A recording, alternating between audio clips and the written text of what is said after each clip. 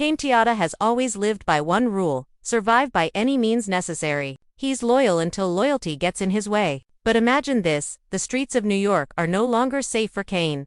His family is falling apart.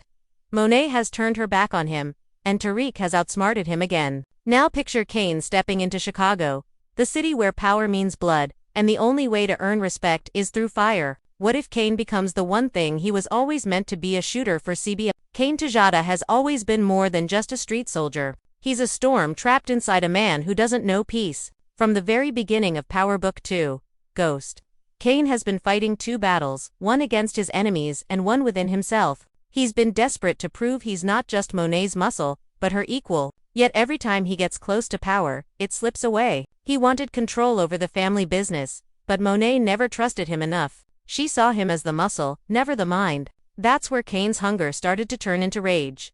Things started to change after Zeke's death. The family fell apart. Monet started to lose control, and Tariq, the one Kane always saw as soft, began to rise. Tariq became the face of the new game, and for someone like Kane, that was unbearable. He's always been the kind of man who can't stand being second. The street doesn't reward second place. It buries it. When Monet started trusting Tariq more than her own son, Kane's heart hardened. Every look from his mother started to feel like an insult. Every word from Tariq sounded like a challenge. That's when Kane realized something brutal. Loyalty means nothing when the people you love see you as a threat.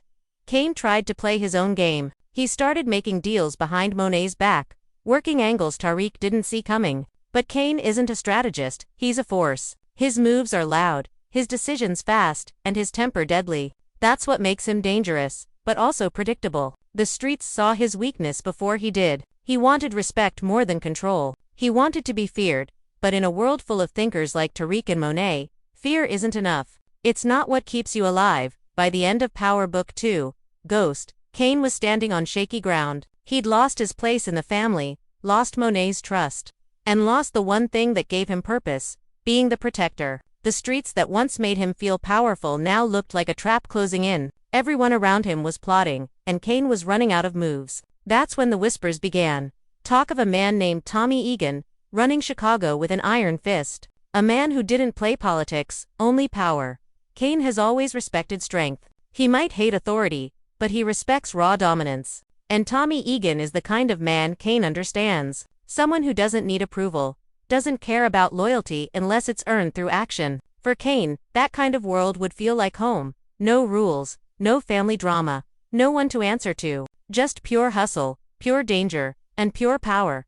But before Kane could ever think of moving to Chicago, he needed a reason to leave everything behind. That reason came in blood. Someone had to die. A deal had to go wrong. Or maybe Monet finally decided to cut him off for good. However it happens, Kane finds himself standing on the edge of a new chapter. He's not the Prince of New York anymore. He's a man with nothing left to lose, and that makes him lethal. Kane isn't running from his past. He's being pulled towards something darker. Chicago is calling, not for redemption, but for war. And in that city, the streets don't care about your name. They only care about your aim. Kane might not know it yet, but the moment he steps into Chicago, he's walking into a world that will test everything he believes about power, loyalty, and survival. Because in CBI, the only thing that matters is who's ready to pull the trigger first. Chicago.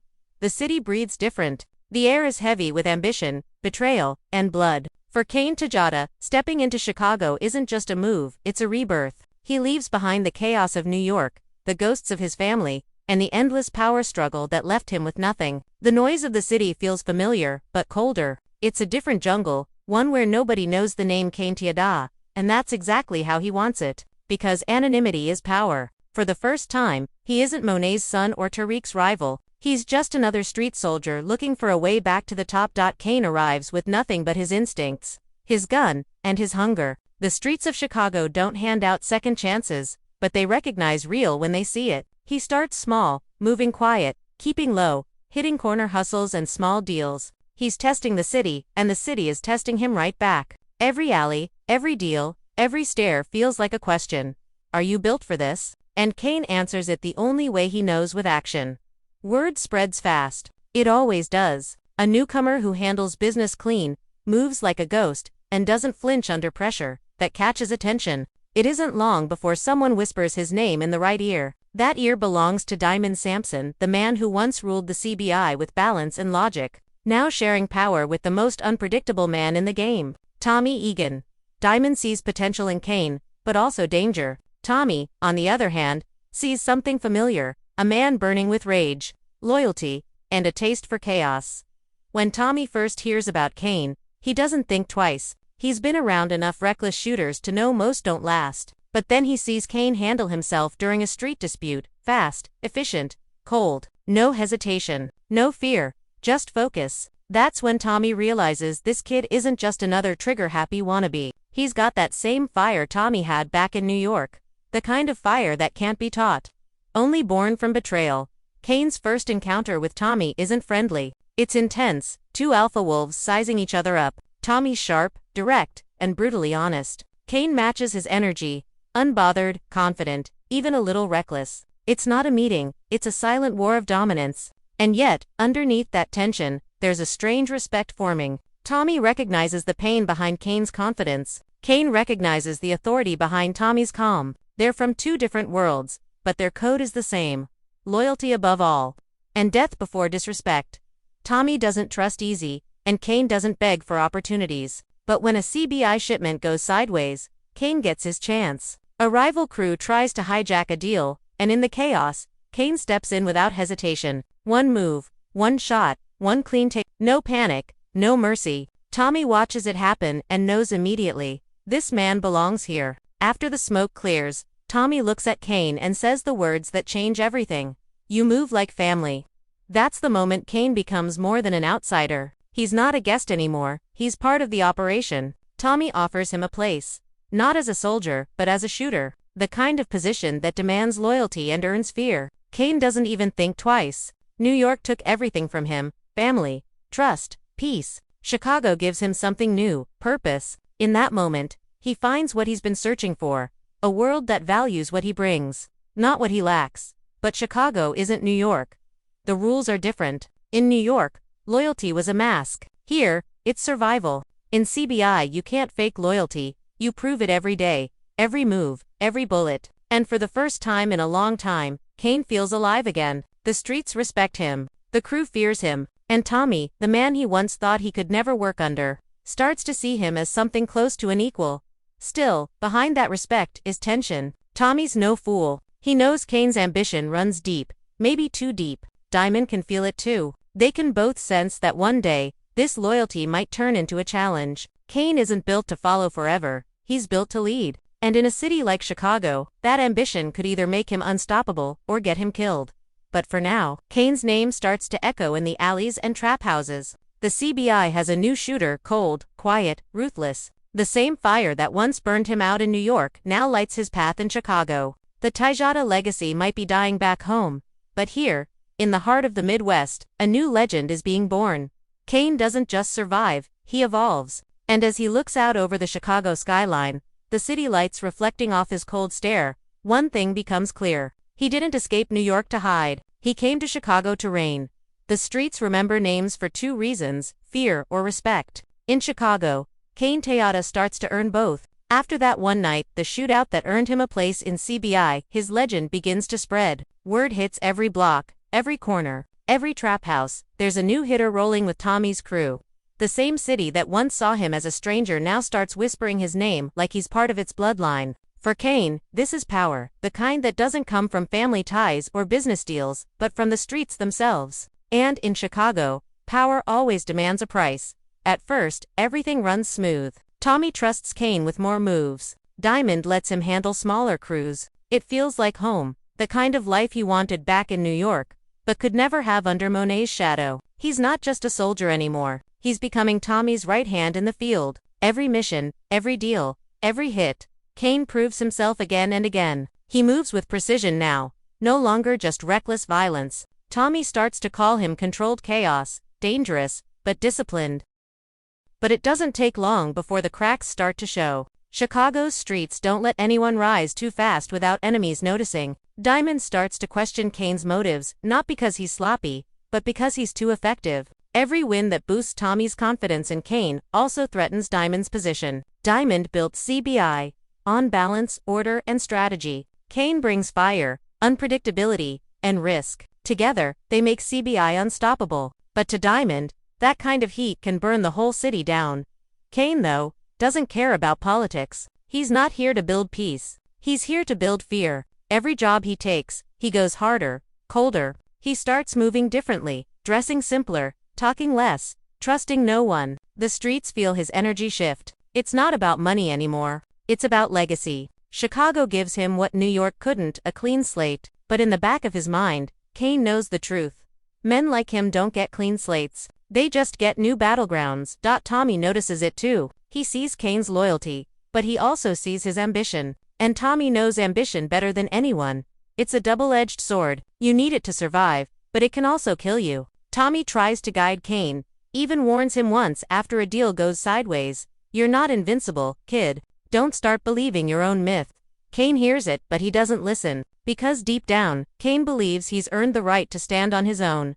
Then comes the turning point. A rival crew, the insiders, ambush a CBI delivery. They hit fast, trying to send a message to Tommy.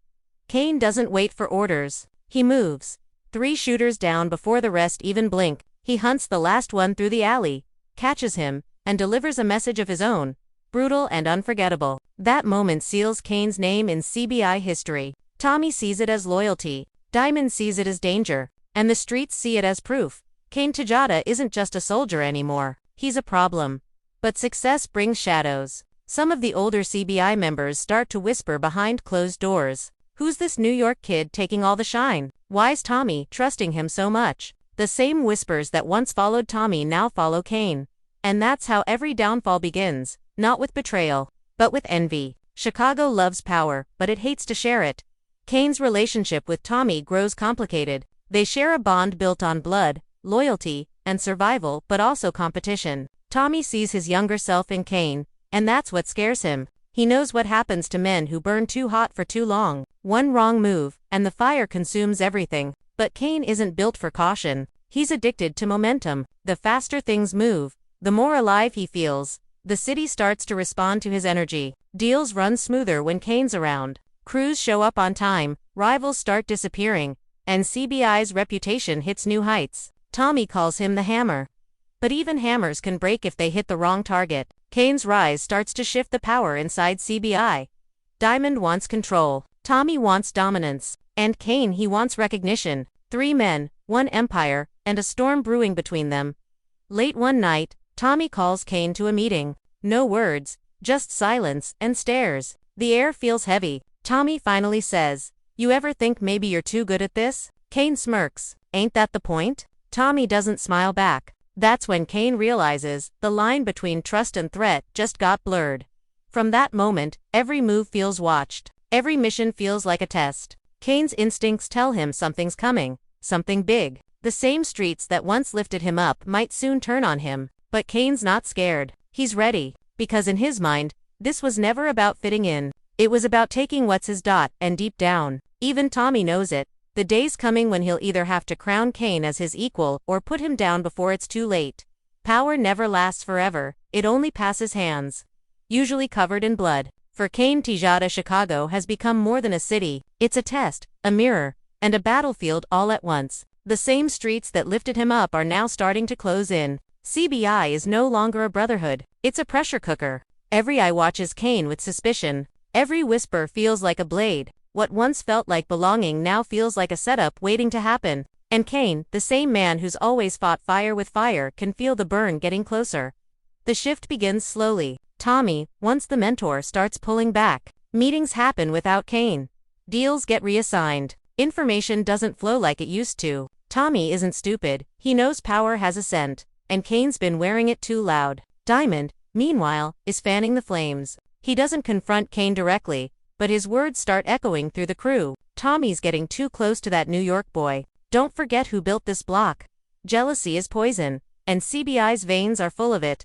Kane can feel the energy changing. He's been through betrayal before. Family lies, street politics, fake loyalty. He knows the signs. But this time, he refuses to run. Chicago is his now. He's not giving it up. Instead of backing down, he doubles his presence. He starts showing up where he's not supposed to. Moves money without approval. Builds quiet connections with smaller crews around the city. Tommy sees it, and it eats at him. Because for Tommy, respect and control are the same thing, and Kane's moves feel like rebellion. Then comes the spark that lights the fire. A deal goes sideways again. A CBI convoy is ambushed, product gone, 2 men dead. Tommy blames the rival gang, but Diamond points the finger straight at Kane. He says Kane leaked the drop location. Maybe for leverage, maybe for his own play. Tommy doesn't want to believe it, but doubt has already taken root. For Kane, this isn't about guilt or innocence, it's about survival. He knows he's being framed, and the only way out is through. Kane doesn't wait for explanations. He hunts down the rival crew, not to prove loyalty, but to make a statement. He finds the man responsible, ties up the loose ends with violence that shakes the entire South Side. The message is clear. Tejada doesn't fold. He retaliates. But the move backfires. Tommy sees it as chaos. Diamond sees it as proof. And the rest of CBI starts to divide, half behind Tommy, half whispering that maybe Kane's the one with the real killer instinct to lead. The city starts to feel smaller. Nights get quieter. Meetings tense. Even the money doesn't sound the same when it hits the table. Everyone's waiting for something to explode. Tommy tries to keep control, calling a sit-down with Diamond and Kane. No soldiers, no guns, just words. But words don't mean much to men like them. The conversation starts calm, then shifts to accusations. Tommy calls Kane reckless. Diamond calls him dangerous. Kane doesn't argue. He just says, "Y'all needed a shooter. I gave you a soldier. Don't hate me for doing your dirty work better than you." That's the moment it all cracks. Tommy slams the table. Diamond stands up, and Kane walks out. No one fires a shot, not yet, but something invisible breaks that night. The CBI isn't one crew anymore. It's 3 egos waiting for blood to settle the score. Over the next few weeks, the tension turns into open hostility. Crews start picking sides. Chicago becomes a chessboard with bullets for pieces. Kane moves like a ghost, no home, no crew, no backup, just instincts. He's been betrayed by family before. Betrayal by brothers doesn't hurt as much. The city that once welcomed him now wants him dead. But Kane doesn't run, he hunts. It all leads to one final night. Rain hitting the pavement. Headlights cutting through the fog. Tommy and Kane finally face each other. No middlemen this time. The silence between them says more than any threat could. Tommy's eyes are cold. Kane's full of defiance. They both know what comes next. Tommy says quietly, "You were never supposed to be the boss." Kane replies, "Then you shouldn't have taught me how to be one." Gunfire breaks the silence. Fast, brutal, final. When it's over, the streets are empty again. No witnesses. No peace, just echoes. Chicago will remember the name Kane Tejada, but not as the kid from New York. As the man who came, rose and bled for a crown no one truly owns. In the power universe, nobody escapes the game. You either run it or get buried by it. And in the end, Kane didn't just become CBI's shooter, he became its curse.